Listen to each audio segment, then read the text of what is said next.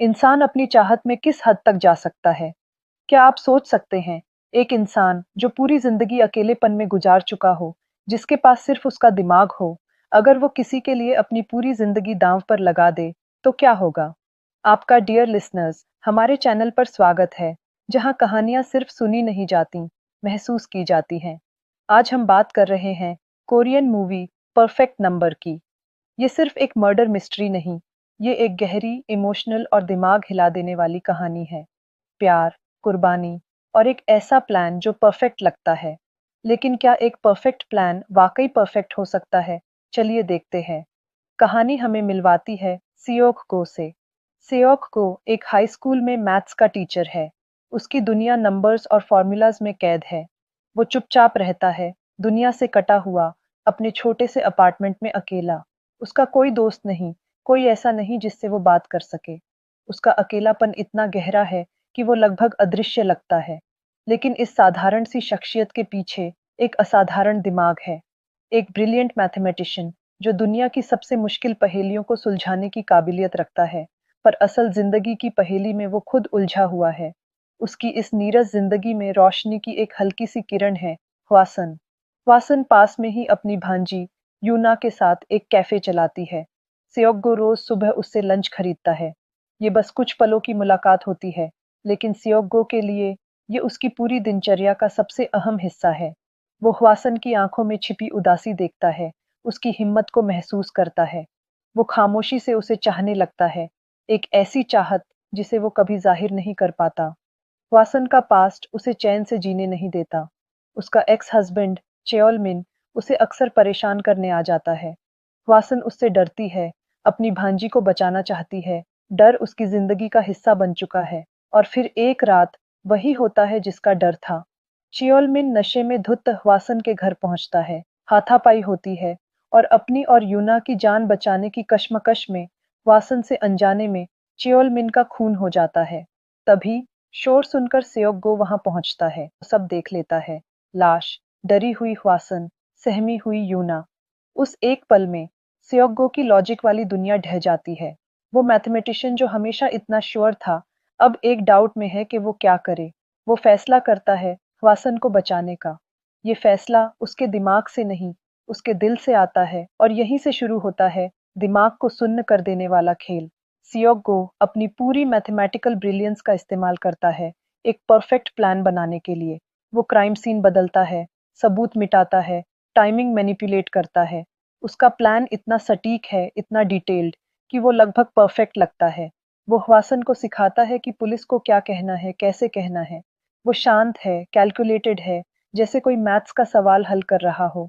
पर क्या वाकई उसके अंदर सब शांत है? कुछ दिन बाद पुलिस को झील से एक लाश मिलती है। पहचान मिटाने की पूरी कोशिश की गई है। चेहरा खराब, उंगलियां जली हुई। इन्वेस्टिगेशन सौंपी जाती है डिटेक्टिव जो मिनबियोम को। मिनबियोम तेज है, अनुभवी है और इत्तेफाक से वो सियोक-गो का पुराना स्कूल फ्रेंड है। वो सियोक-गो की इंटेलिजेंस को जानता है। लाश की पहचान किम चेओल मिन के तौर पर होती है। शक सीधे ह्वासन पर जाता है। मिनबियोम उससे पूछताछ करता है। ह्वासन सियोक-गो के सिखाए अनुसार अपना आंसर बताती है कि मर्डर वाली रात वो अपनी भांजी के साथ मूवी देख रही थी। वो सबूत के तौर पर मूवी टिकट्स भी पेश करती है। प्लान मजबूत है, परफेक्ट लगता है। लेकिन मिनबियोम को शक है। उसे लगता है ये जरूरत से ज्यादा परफेक्ट है। मिनबियोम सबूत ढूंढता है, ह्वासुन पर दबाव डालता है, सियोक-गो से मिलता है, दोस्ती की आड़ में सच जानने की कोशिश करता है। सियोक-गो हर कदम पर मिनबियोम से आगे रहने की कोशिश करता है, लेकिन ह्वासुन झूठ के बोझ तले दबने लगती है। वो गलतियां करती है। मिनबियोम को यकीन होने लगता है कि ह्वासन अकेली नहीं है, सियोक-गो पर्दे के पीछे है। सियोक-गो ह्वासन को बचा रहा है, पर किस कीमत पर? क्या उसका परफेक्ट नंबर किसी की जिंदगी बना रहा है? जिंदगी मैथ्स की तरह नहीं चलती। यहाँ हर एक्शन का एक अनफॉरसीन रिएक्शन होता है। क्या आपने भी कभी अपनी लाइफ में ऐसा महसूस किया है, जब सब कुछ प्लान के मुताबिक न गया हो और नतीजा कुछ और ही निकला हो? मिनबियोम हार नहीं मानता। वो ह्वासन का पॉलीग्राफ टेस्ट करवाता है। सियोक गो ने ह्वासन को इसके लिए भी तैयार किया था। उसने ह्वासन को कहा था कि वो सच बोले कि वो मूवी देखने गई थी। ह्वासन सच बोलती है और टेस्ट पास कर लेती है। मिनब्योम हैरान है, पर शक बना रहता है। इसी दौरान ह्वासन की जिंदगी में उसका पुराना दोस्त एलेक्स आता है। सियोक गो उन्हें साथ देखता है और जेलसी महसूस करता है। उसे लगता है कि जिस औरत के लिए वो सब कुछ दांव पर लगा रहा है, वो उसकी तरफ ध्यान भी नहीं दे रही। ये एहसास उसे और अकेला कर देता है। मिनब्योम को पता चलता है कि सियोक गो ने मर्डर वाले दिन के आसपास स्कूल से छुट्टी ली थी। शक और गहरा होता है। सियोक गो एलेक्स को हवासन से दूर रहने की धमकी देता है और पुलिस सियोक गो को गिरफ्तार कर लेती है। और फिर पुलिस स्टेशन में सियोक गो कन्फेस करता है कि उसने ही चियोल मिन को मारा है। वो कहता है कि वो हवासन से ऑब्सेस्ड था, उसे स्टॉक करता था, और जब चियोल मिन ने उसे परेशान किया तो उसने उसे मार दिया। मिन बियोम को यकीन नहीं होता। वो जानता है सियोक गो झूठ बोल रहा है, हवासन को बचा रहा है। वो उसे समझाने की कोशिश करता है, लेकिन सियोक गो उसकी बात नहीं सुनता।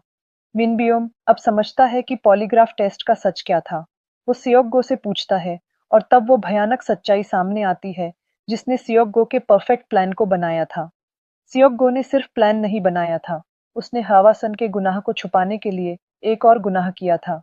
जिस रात 8 तारीख को हवासन ने चियोल मिन को मारा, सियोक-गो ने उस लाश को छुपा दिया। अगले दिन 9 तारीख उसने एक बेघर, अनजान आदमी को ढूंढा, उसे ठीक उसी तरह मारा और लाश को झील में फेंक दिया। उसने हवासन को 9 तारीख को मूवी देखने भेजा, ताकि जब पुलिस लाश मिलने के बाद उससे 9 तारीख के बारे में पूछे, तो वो सच बोल सके और पॉलीग्राफ पास कर ले। पुलिस को कभी पता ही नहीं चलेगा कि असल मर्डर 8 तारीख को हुआ था। ये था सियोक गो का प्लान, एक बेगुनाह की जान लेकर ह्वासन को बचाने का। ये जानकर मिन बियोम और फिर ह्वासन दोनों अंदर तक हिल जाते हैं। ह्वासन को एहसास होता है कि सियोक गो ने उसे कैसी भयानक कीमत चुकाकर बचाया है।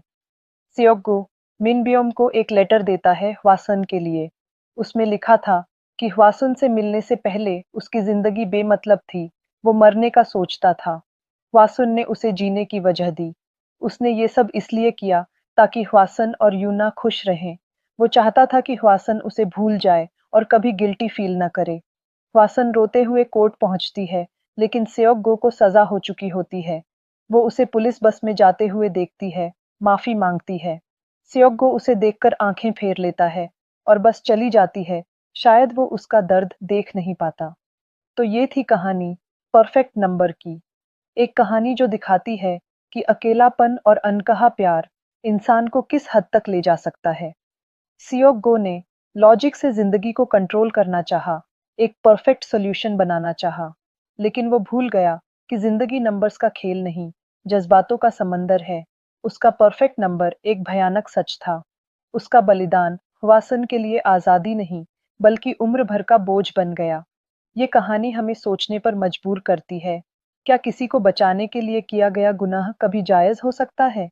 क्या ऐसा प्यार किसी को सुकून दे सकता है? शायद ये कहानी हमें याद दिलाती है कि जिंदगी में परफेक्शन एक भ्रम है।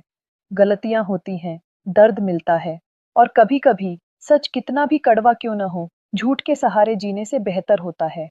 क्योंकि झूठ की बुनियाद पर खड़ी कोई भी इमारत, चाहे कितनी भी परफेक्ट लगे, आखिरकार ढह जाती है। आज के लिए बस इतना ही माय डियर लिसनर्स। अगर आपको ये मूवी पसंद आई, तो वीडियो को लाइक करें, शेयर करें और हमारे चैनल को ऐसी और वीडियोस देखने के लिए याद से सब्सक्राइब ज़रूर कर लें। मिलते हैं बहुत जल्द एक और फिल्म की कहानी के साथ। तब तक अपना ख्याल रखिए, खुश रहिए और अच्छी फिल्में देखते रहिए। Till then, goodbye my dear listeners.